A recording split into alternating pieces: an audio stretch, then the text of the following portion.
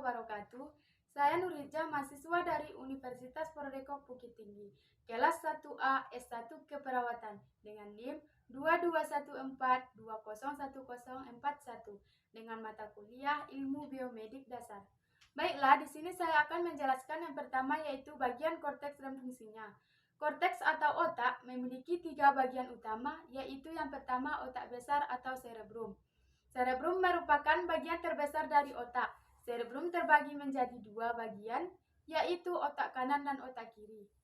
Belahan otak kanan berfungsi untuk mengontrol pergerakan di sisi kiri tubuh, dan belahan otak kiri mengontrol gerakan di sisi kanan tubuh.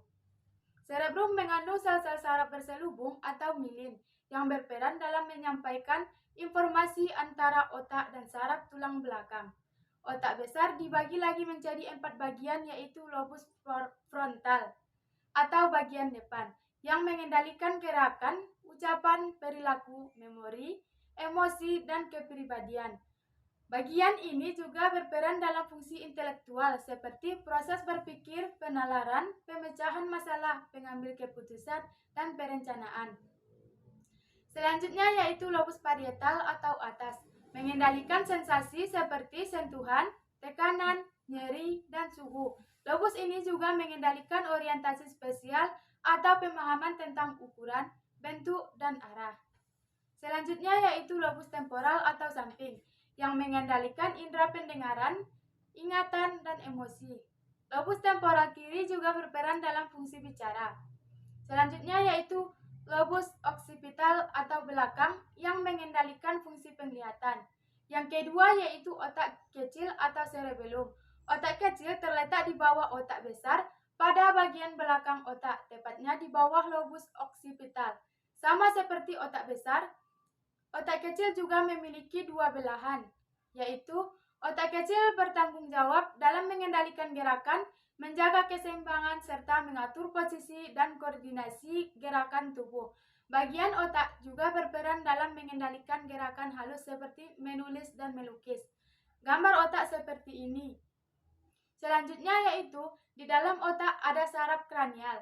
Saraf kranial adalah 12 saraf yang masing-masing mempunyai fungsi berbeda untuk indera atau gerakan. Setiap saraf menghubungkan otak ke berbagai bagian kepala, leher, dan tubuh. Yang pertama yaitu saraf kranial 1 atau olfaktori.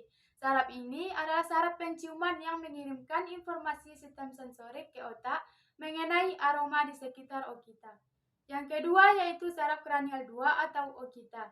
Saraf ini yang berasal dari retina mata adalah saraf optik. Saraf ini yang berkaitan dengan penglihatan. Yang ketiga yaitu saraf kranial 3 atau okulomotor. Saraf ini memiliki 2 fungsi motorik yang mengontrol cara kerja otot dan respon pupil. Yang keempat yaitu saraf kranial 4 atau troklear. Saraf ini berfungsi mengontrol otot oblik superior, berperan dalam menggerakkan bola mata ke bawah, melotot, dan kembali seperti semula. Yang kelima yaitu saraf kranial 5 atau trigeminal. Saraf ini adalah saraf terbesar dan berperan pada kedua fungsi motorik maupun sensorik. Yang keenam yaitu saraf 6 atau abdusen. Saraf abdusen berperan untuk mengatur pergerakan otot yang disebut otot rectus lateral. Otot ini berfungsi untuk membantu pergerakan mata seperti melotot atau melirik. Yang ketujuh yaitu saraf kranial 7 atau facialis. Seperti trigeminal, saraf facialis atau wajah juga memiliki fungsi motorik dan sensorik. Saraf facialis terdiri dari 4 cabang dengan fungsinya masing-masing seperti pergerakan otot untuk berbagai macam ekspresi wajah.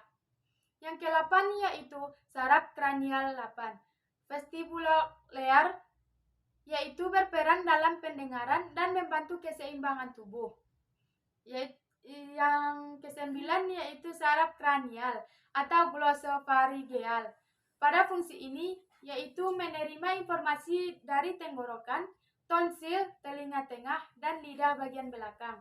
Yang ke-10 yaitu saraf kranial 10 atau vagus, memiliki peran untuk mengontrol fungsi vital seperti sistem pernapasan, mengendalikan fungsi jantung dan sistem pencernaan.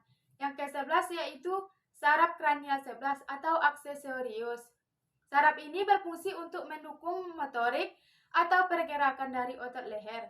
Yang ke-12 yaitu saraf kranial 12 atau hypoglosus. Saraf ini adalah saraf yang terakhir, saraf hypoglosus, yang berperan sebagai sistem motorik. Baiklah, selanjutnya materi yang kedua yaitu sistem endokrin. Sistem endokrin adalah jaringan kelenjar yang memproduksi dan melepaskan hormon. Inilah gambar sistem endokrin. Lanjut, hormon-hormon yang dihasilkan yaitu yang pertama hipotalamus, berfungsi mengontrol suhu tubuh, rasa haus, serta lapar. Yang kedua yaitu kelenjar tiroid atau kelenjar gondok, berfungsi untuk memproduksi hormon yang penting untuk kesehatan metabolisme tubuh. Yang ketiga yaitu kelenjar pankreas atau pulau-pulau Langerhans, berfungsi membuat cairan yang disebut dengan enzim. Yang keempat yaitu kelenjar gonad atau kelenjar reproduksi, berfungsi menghasilkan hormon seks. Yang kelima yaitu kelenjar hipofisis atau pituitari, berfungsi memproduksi hormon yang membantu mengatur pertumbuhan, produksi, dan pembakaran energi. Yang keenam yaitu kelenjar paratiroid atau kelenjar anak gondok, berfungsi memelihara konsentrasi kalsium yang tetap pada plasma. Yang ketujuh yaitu kelenjar timus atau kacangan, berfungsi memproduksi sel darah putih yang disebut dengan limfosit. Yang kedelapan yaitu kelenjar adrenal atau kelenjar anak ginjal, berfungsi memproduksi berbagai jenis hormon. Selanjutnya materi yang ketiga yaitu sistem reproduksi. Sistem reproduksi adalah kumpulan organ internal dan eksternal yang bekerja sama untuk tujuan prokreasi. Sistem reproduksi wanita terbagi dua, yaitu organ reproduksi wanita bagian dalam. Yang pertama ada tuba fallopi, berfungsi sebagai tempat berjalannya sel telur dari ovarium menuju rahim. Yang kedua, ovarium berfungsi untuk menghasilkan sel telur sekaligus perkembangannya sebelum dibuahi. Yang ketiga, uterus berfungsi memberi makanan dan menampung sel telur yang telah dibuahi sampai menjadi janin. 4. Kandung kemih berfungsi menampung urin yang diproduksi ginjal dan mengeluarkannya melalui proses berkemih. 5. Vagina berfungsi sebagai jalan keluarnya bayi dan tempat keluarnya darah menstruasi. 6. Anus berfungsi untuk mengeluarkan fases dari saluran pencernaan. Yang ketujuh, rektum berfungsi sebagai tempat penyimpanan sementara fases. Organ reproduksi wanita bagian luar. Yang pertama yaitu labia mayora atau bibir vagina, berfungsi melindungi organ reproduksi wanita bagian luar lainnya. Yang kedua, labia minora atau bibir vagina kecil, berfungsi sebagai pelindung vagina dan uretra. Yang ketiga, klitoris, berfungsi untuk memberikan kenikmatan seksual. 4. Lubang vagina berfungsi sebagai jalan lahir bagian lunak dan mengalirkan lendir dan darah menstruasi. Yang kelima, uretra berfungsi mengeluarkan urin dari kandung kemih keluar dari tubuh. 6. Selaput darah berfungsi sebagai selaput atau lapisan untuk melindungi bukaan vagina dan area sekitarnya selama masa pertumbuhan wanita. Yang ketujuh, serviks, berfungsi sebagai jalan keluarnya janin dari uterus menuju vagina. Sistem reproduksi pria. Organ reproduksi pria yang pertama yaitu kandung kemih, berfungsi menampung urin yang diproduksi ginjal dan mengeluarkannya melalui proses berkemih. Yang kedua, sepasang kandung kemih berfungsi menghasilkan cairan yang membentuk air mani. Yang ketiga, vas deferens, berfungsi sebagai tempat penyimpanannya spermatozoa. Yang keempat, kelenjar fosfat, berfungsi sebagai sumber nutrisi atau pelindung sperma. Yang kelima, uretra berfungsi mengeluarkan urin dari kandung kemih keluar dari tubuh. Yang keenam, penis berfungsi sebagai saluran keluarnya air mani. Yang ketujuh, testis berfungsi memproduksi sperma. Kedelapan, epidimis berfungsi mengangkut sperma dan pematangan sperma. Yang kesembilan, feroskim berfungsi mengeluarkan air seni atau air mani. Yang ke-10, glans Penis berfungsi tempat keluarnya urin dan air mani. Yang terakhir adalah ureter, berfungsi mengalirkan urin dari ginjal ke kandung kemih. Selanjutnya materi yang keempat yaitu anatomi sistem perkemihan atau sistem urinaria. Sistem urinaria terdiri dari ginjal, ureter, vesika urinaria atau kandung kemih, serta uretra. Ginjal terletak di bagian belakang ovum abdominalis, di belakang teritorium pada kedua sisi vertebrata lumbalis 3, melekat langsung pada dinding belakang abdomen. Bentuknya seperti biji kacang, beratnya kira-kira 0,5% dari berat tubuh manusia, ukuran panjang sekitar 11 cm dan lebar 6 cm, serta ketebalan 3 cm. Struktur ginjal yang pertama yaitu lapisan luar atau korteks. Kulit ginjal terbungkus oleh kapsula renalis yang terdiri dari jaringan fibros berwarna ungu tua kurang lebih 1 juta nefron. Yang kedua yaitu parirenal adalah jaringan adipasi yang terbungkus fasia ginjal yang membantu organ tetap pada posisinya. Yang ketiga kapsul fibrosa adalah membran halus yang transparan yang langsung membungkus ginjal dan dapat dengan mudah lepas. Nefron terdiri dari yang pertama glomerulus, kedua tubulus proksimal, 3 lengkung Haley, 4 tubulus distal, 5 tubulus collectifus. Fungsi ginjal yaitu yang pertama pengeluaran zat sisa organik, kedua pengaturan konsentrasi ion-ion penting, ketiga pengaturan keseimbangan asam basa tubuh, yang keempat pengaturan produksi sel darah merah, dan yang kelima pengaturan tekanan darah. Ureter adalah saluran fibromuskular yang mengalir pada urin dari ginjal ke kandung kemih. Sebagian terletak di rongga abdomen dan sebagian terletak dalam rongga pelvis lapisan dinding. Ureter terdiri dari yang pertama dinding luar jaringan ikat, kedua lapisan tengah lapisan otopolos, ketiga lapisan sebelah dalam lapisan mukosa. Vesika urinaria dapat mengembang dan mengempis seperti balon karet yang terletak di belakang sintesis pubis di dalam rongga panggung. Vesika urinaria terdiri dari yang pertama fundus, yaitu bagian yang menghadap ke arah belakang, dan bawah bagian terpisah dari rektum oleh patium yang terisi oleh jaringan ikat ductus. Yang kedua yaitu korpus, yaitu bagian antara vertex dan fundus. Ketiga, vertex bagian yang runcing ke arah muka dan berhubungan dengan ligamentum vesica umbilicalis. Struktur vesika urinaria yang pertama dinding vesika, yang kedua lapisan luar, yang ketiga tunik muscularis atau lapisan otot, yang keempat yaitu lapisan mukosa atau lapisan bagian dalam. Uretra merupakan saluran membranosa sempit yang berpangkal pada kandung kemih yang berfungsi menyalurkan air kemih dari kandung kemih ke luar tubuh. Selanjutnya yaitu uretra pria. Yang pertama yaitu lapisan mukosa atau lapisan paling dalam, yang kedua lapisan submukosa. Uretra pada pria terdiri dari yang pertama uretra prosfatnya panjang 3 cm. Uretra membranosa adalah bagian yang terpendek 1-2 cm. Uretra cavernosa yaitu yang terpanjang uretra wanita. Lapisan uretra wanita terdiri dari yang pertama tunica muscularis atau lapisan sebelah luar, yang kedua lapisan sphygmosa, yang ketiga lapisan mukosa atau lapisan sebelah dalam. Baiklah, selanjutnya materi yang kelima ada sistem respirasi atau sistem pernapasan. Sistem respirasi adalah sistem biologis yang terdiri dari organ dan struktur-struktur lainnya yang digunakan untuk pertukaran gas pada hewan dan tumbuhan. Alur respirasi yang pertama rongga hidung. Rongga hidung merupakan tempat atau pintu utama udara dihirup. Fungsinya sebagai tempat masuknya udara menuju tenggorokan. Rongga hidung juga menjaga kelembapan suhu tekanan udara. Yang kedua ada faring. Faring merupakan nama lain dari tenggorokan bagian atas, berupa tabung yang terletak bagian mulut dan rongga hidung. Fungsi faring yaitu menyalurkan aliran udara dari hidung dan mulut menuju trakea. Yang ketiga ada epiglotis, adalah katup yang berfungsi untuk mencegah makanan dan minuman masuk ke saluran udara pada tenggorokan.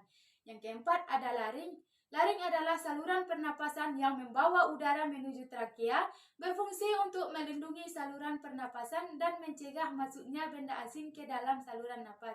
Yang kelima ada trakea atau batang tenggorok, adalah sebuah tabung udara yang memiliki ukuran yang besar yang berfungsi untuk menyalurkan udara menuju paru-paru. Yang keenam ada bronkus, saluran yang menghubungkan antara trakea dan paru-paru. Fungsinya untuk mengantarkan udara dari saluran napas atas ke dalam paru-paru sekaligus menyalurkan dari paru-paru. Yang ketujuh, bronkiolus adalah cabang bronkus yang bertugas mengalirkan udara ke alveoli. Fungsinya mengendalikan jumlah udara yang masuk ke paru-paru ketika bernapas. Yang ke-8 ada alveolus, berada di dalam paru-paru berupa kantong kecil yang berkerumun seperti buah anggur, berfungsi sebagai tempat bertukarannya oksigen atau CO2 di paru-paru. Baiklah, selanjutnya materi yang ke-6 yaitu muskuloskeletal. Skeletal atau rangka adalah rangkaian tulang yang mendukung dan melindungi beberapa organ lunak, terutama dalam tengkorak dan panggul. Pembagian dari skeletal ada rangka aksial atau kerangka sumbu, terdiri atas kepala dan badan. Bagian kepala atau kranium terdiri dari yang pertama tulang wajah atau spelkokranium, yang kedua tulang dada atau sternum, yang ketiga tulang rusuk atau costa, yang keempat tulang gelang bahu atau humerus, 5 tulang gelang panggul atau pelvis, dan yang keenam tulang belakang atau vertebrae. Alat gerak bagian atas atau ekstremitas superior.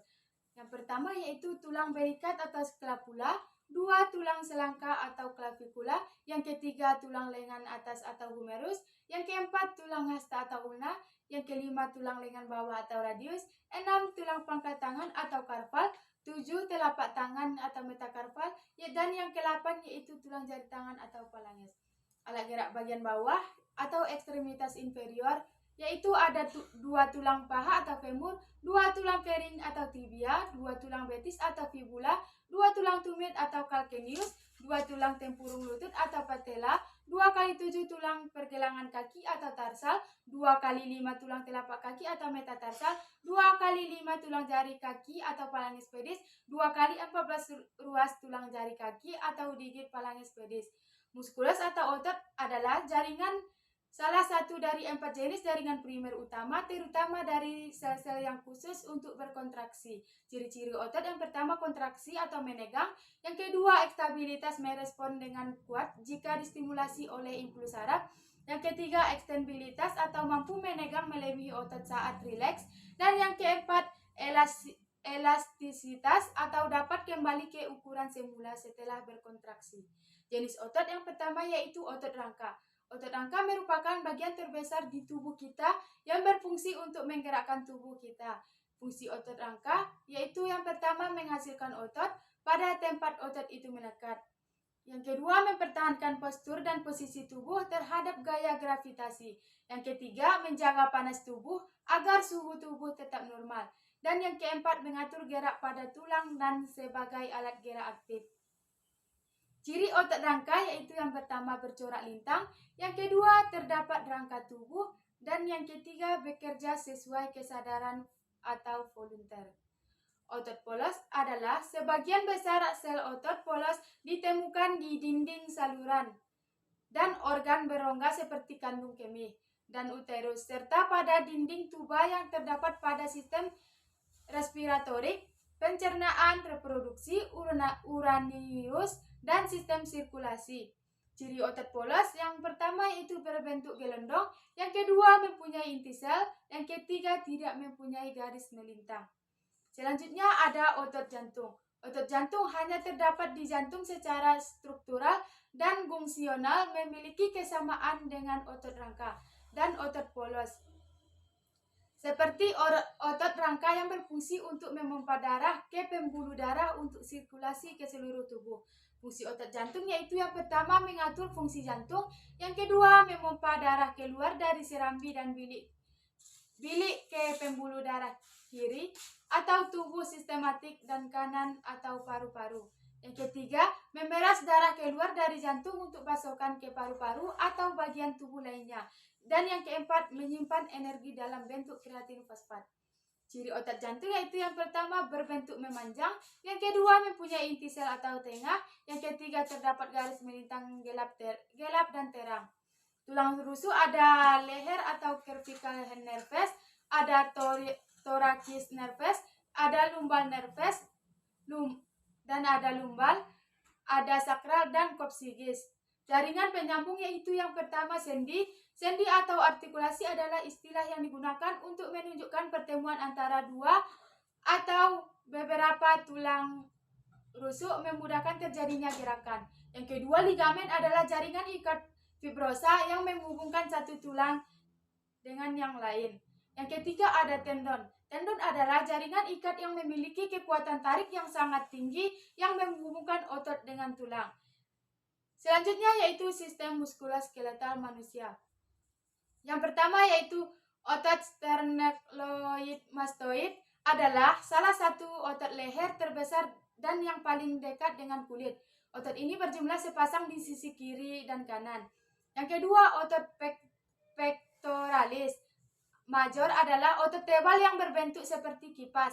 Yang ketiga, otot bisep adalah otot besar berkepala dua karena berorigo pada dua tempat yang berbeda terletak di sepanjang lengan atas. Yang ketiga, otot brachyradialis yaitu otot dengan pola nyeri trigger point dari siku dan ke arah atas pergelangan tangan.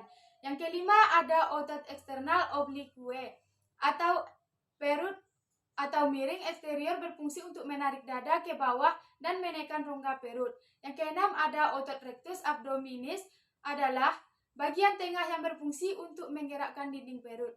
Yang ketujuh ada otot rectus atau femoris yang berfungsi untuk sebagai fleksi dan ekstensi lutut. Yang ke-8 ada otot sartorius adalah sendi pinggul dan sendi lutut tetapi semua aksinya lemah. Yang ke-9 ada otot quadriceps, sendi lutut yang berfungsi stabilitas aktif sendi lutut. Yang ke-10 ada otot extensor yaitu di bagian lateral depan kaki yang terbentuk dari dua perpaduan. Yang ke-11 ada otot tibialis yaitu menstabilkan pergelangan kaki saat menyentuh tanah.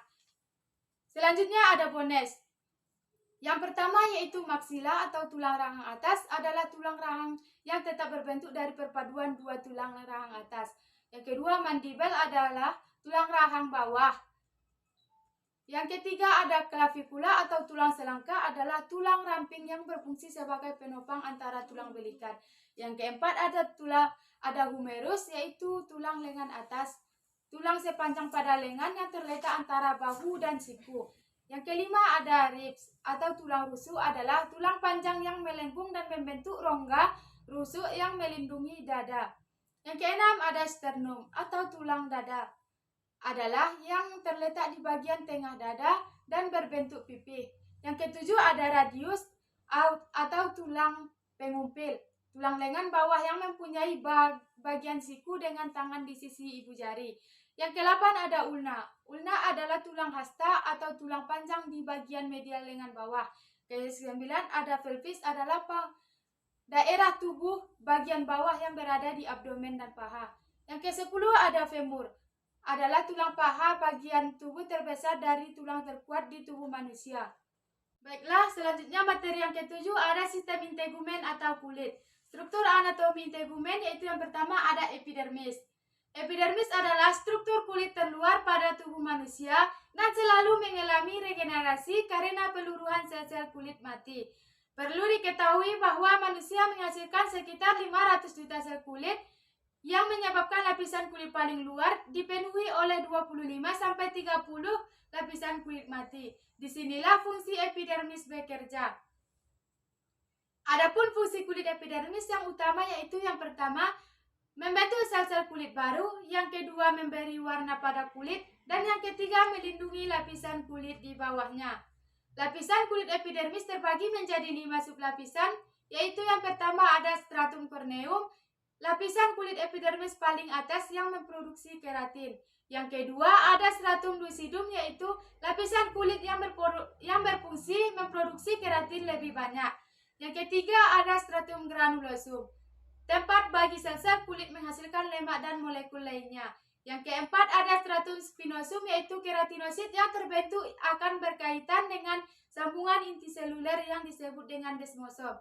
Dan yang kelima ada stratum germinativum atau stratum basal, tempat produksi keratinosit yang utama. Sel melanosit yaitu sel yang memproduksi melanin alias pigmen pemberi warna kulit. Semakin banyak melanin yang diproduksi, maka warna kulit manusia akan semakin gelap. Sel Langerhans yaitu sel yang berfungsi sebagai tempat pertahanan kulit, dan sel Merkel yaitu yang berfungsi sebagai salah satu reseptor kulit. Yang selanjutnya yang kedua ada dermis. Dermis adalah lapisan kulit yang berada di bawah epidermis. Dermis merupakan lapisan kulit yang paling tebal karena terdapat pembuluh darah dan saraf, kelenjar keringat dan kelenjar minyak, serta folikel rambut hingga saluran limfe.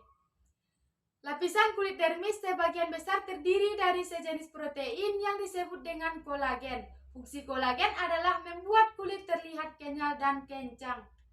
Berikut fungsi kulit dermis yaitu yang pertama, merasakan sakit dan sentuhan, yang kedua memproduksi keringat dan minyak, dan yang ketiga menumbuhkan rambut, yang keempat mengalirkan darah yang menutrisi kulit, dan yang kelima melawan infeksi.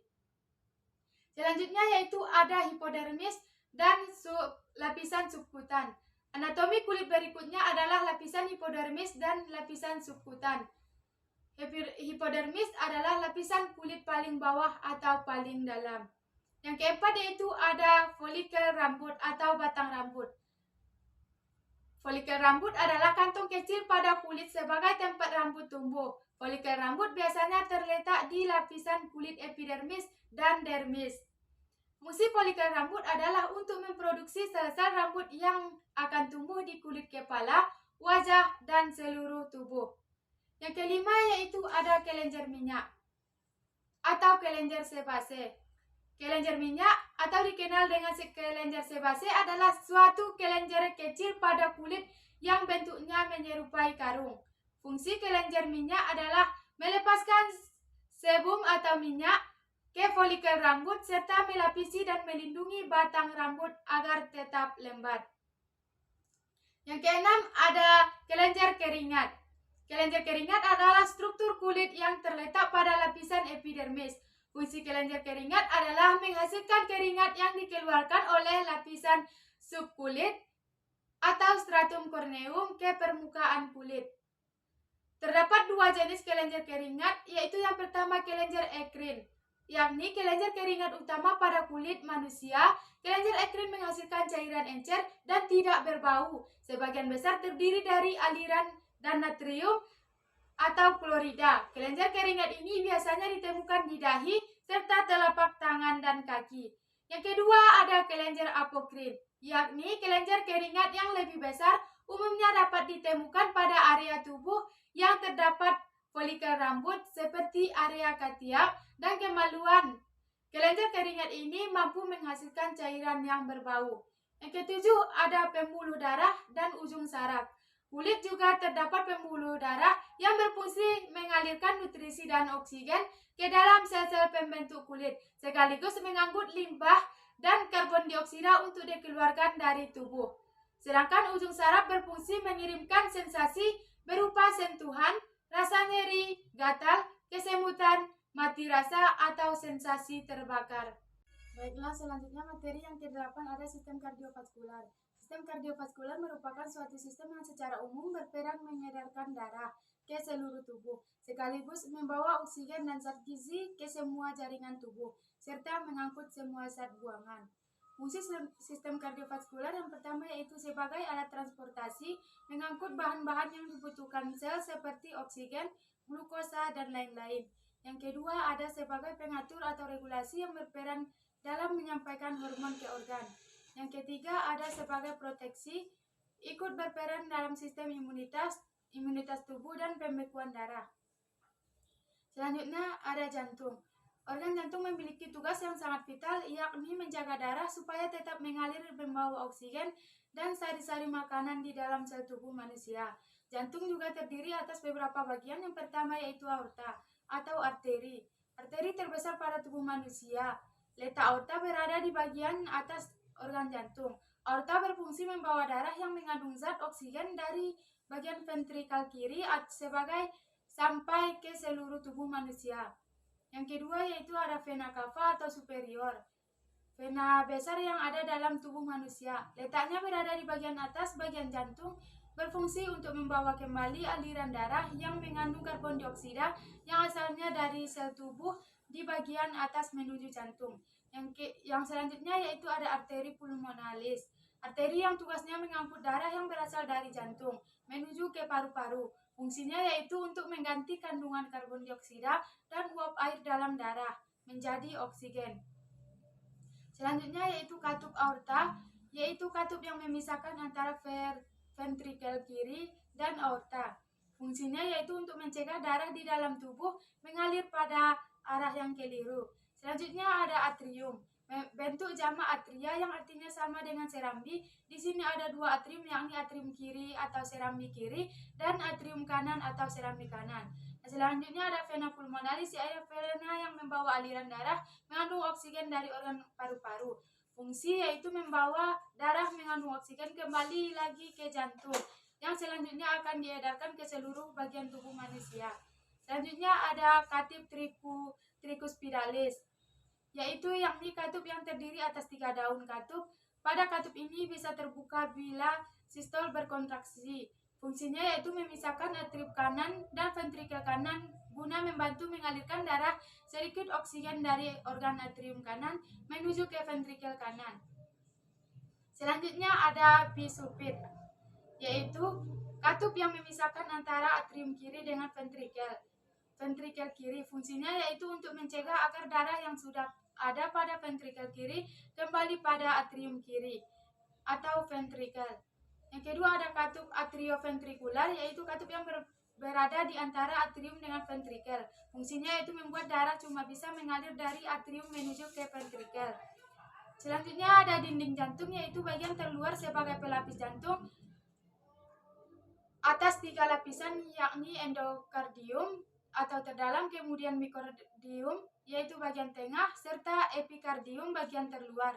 Fungsi membuat jantung berdetak serta mencegah agar jantung tidak bocor. Lapisan otot jantung. Lapisan pikardium merupakan lapisan paling atas yang menyelubungi jantung dan terbagi lagi, yaitu yang pertama perikardium atau parietal yang melekat pada tulang. Yang kedua ada perikardium fisikal atau disebut juga dengan epikardium yang berada di bawah perikardium parietal. Selanjutnya ada lapisan miokardium, yaitu lapisan ini berada di lapisan otot jantung yang paling tebal dan terdiri dari otot-otot jantung yang banyak. Selanjutnya ada lapisan endokardium. Lapisan ini merupakan lapisan terdalam atau lapisan yang berhubungan langsung dengan jantung. Sistem peredaran darah, yaitu sistem peredaran yang besar adalah sistem peredaran darah yang menyangkut darah yang kaya akan oksigen dari jantung menuju ke seluruh tubuh, kemudian kembali lagi ke jantung. Tahapan pada proses ini dimulai saat darah dipompa oleh jantung. Bagian bilik kiri atau ventrikel kiri akan masuk ke aorta dan arteri, selanjutnya ke kapiler di seluruh tubuh. Dari kapiler seluruh tubuh ke vanula, dilanjutkan ke vena dan vena cava, dan akhirnya masuk ke jantung lagi. Pada bagian jantung serambi kanan atau atrium dexter, sirkulasinya adalah jantung, bilik kiri atau aorta, arteri, kapiler ke seluruh tubuh, vena, jantung atau serambi kanan. Sistem peredaran darah kecil, yaitu sistem peredaran darah dari jantung ke paru-paru, kembali lagi ke jantung dengan membawa darah yang mengandung karbon dioksida. Proses peredarannya dimulai saat darah dipompa pada bagian jantung bilik kanan atau ventrikel dexter, keluar melalui arteri pulmonalis menuju ke paru-paru. Pada paru-paru, bagian alveolus terjadi pertukaran oksigen dan menuju ke paru-paru, ke vena pulmonalis dan menuju ke jantung bagian serambi kiri. Sirkulasinya adalah jantung, bilik kanan, arteri pulmonalis, paru-paru, vena, dan lain-lain. Baiklah, selanjutnya materi yang ke-9 ada sistem hematologi atau plasma darah. Plasma darah membentuk 55% dari darah yang ada pada tubuh manusia. Plasma darah terdiri dari air 90% dan protein darah 8%. Protein darah terbagi menjadi yang pertama fibrinogen atau protein darah yang terlibat dalam pembekuan darah. Yang kedua ada albumin berfungsi menjaga volume dan tekanan darah. Yang ketiga ada globulin berfungsi memberi imunitas. Yang keempat protrombin berfungsi sebagai enzim pembeku darah. Dan yang kelima ada hormon berfungsi sebagai pemacu dan pengendali metabolisme darah. Fungsi plasma darah yang pertama yaitu mengatur tekanan osmosis darah sehingga jumlahnya dapat diatur dalam tubuh. Yang kedua, pembawa sari-sari makanan, sisa-sisa metabolisme hasil ekskresi dan gas. Selanjutnya komponen yang kedua yaitu ada eritrosit atau sel darah merah. Sel darah merah berbentuk sel bikonkav, tidak berinti, tidak dapat bergerak bebas, dan tidak dapat menembus dinding kapiler. Eritrosit dibentuk dalam sumsum merah tulang pipi.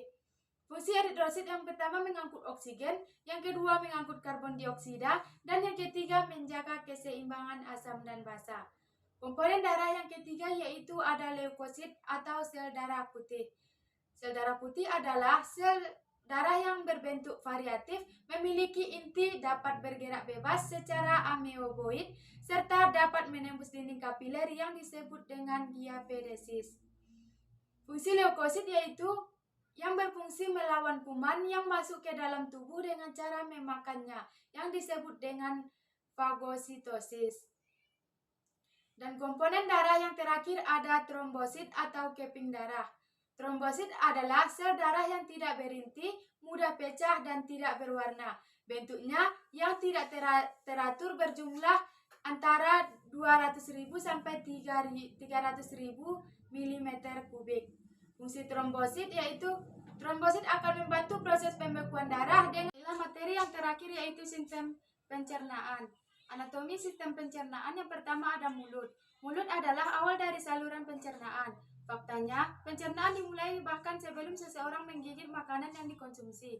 Air liur kemudian akan mulai bercampur dengan makanan untuk mulai memecahnya. Hal ini bertujuan untuk memudahkan penyerapan makanan dan digunakan oleh tubuh. Ketika seseorang menelan, lidah juga memasukkan makanan ke tenggorokan dan ke kerongkongan. Selanjutnya ada kerongkongan. Kerongkongan menerima makanan dari mulut saat seseorang menelan. Serangkaian kontraksi otot di dalam kerongkongan yang disebut peristaltik mengantarkan makanan ke lambung. Selanjutnya ada lambung. Lambung merupakan organ berongga yang berfungsi untuk menampung makanan saat sedang dicampur dengan enzim lambung. Enzim-enzim tersebut nantinya akan melanjutkan proses pemecahan makanan menjadi bentuk yang dapat digunakan. Selanjutnya yaitu usus halus. Organ ini terdiri dari 3 bagian yaitu duodenum, jejunum, dan ileum. Perlu diketahui bahwa usus kecil merupakan tabung otot sepanjang 22 kaki di mana organ ini berfungsi untuk memecah makanan menggunakan enzim yang dilepaskan oleh pankreas dan empedu. Selanjutnya yaitu ada pankreas. Organ ini berfungsi untuk mengeluarkan enzim pencernaan ke dalam duodenum yang memecah protein, lemak, dan karbohidrat. Pankreas juga membuat insulin meneruskannya langsung ke aliran darah. Selanjutnya yaitu ada hati atau liver. Hati memiliki banyak fungsi, tetapi tugas utamanya dalam sistem pencernaan adalah memproses nutrisi yang diserap dari usus kecil. Empedu dari hati yang disekresikan ke usus kecil juga memainkan peran penting dalam mencerna lemak dan beberapa vitamin. Yang selanjutnya ada kantong empedu. Kantong empedu menyimpan dan mengkonsentrasikan empedu dari hati, kemudian melepaskannya ke duodenum di usus kecil untuk membantu menyerap dan mencerna lemak. Selanjutnya yaitu usus besar. Usus besar bertanggung jawab untuk memproses limbah sehingga mengosongkan usus tubuh. Perlu diketahui bahwa usus besar adalah tabung otot sepanjang 6 kaki yang menghubungkan usus kecil ke rektum. Selanjutnya yaitu ada rektum.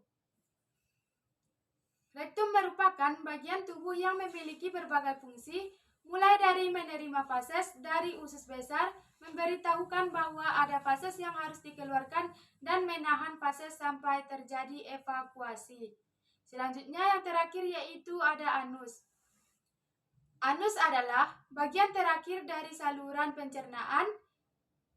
Saluran pencernaan ini adalah saluran sepanjang 2 inci yang terdiri dari otot-otot dasar, panggul, dan 2 sphincter, anal atau internal dan eksternal. Lapisan anus bagian atas mampu mendeteksi isi rektal dan memungkinkan seseorang untuk mengetahui apakah isinya cair, gas, atau padat. Fungsi anus juga yaitu menjadi jalan keluar fases dari tubuh.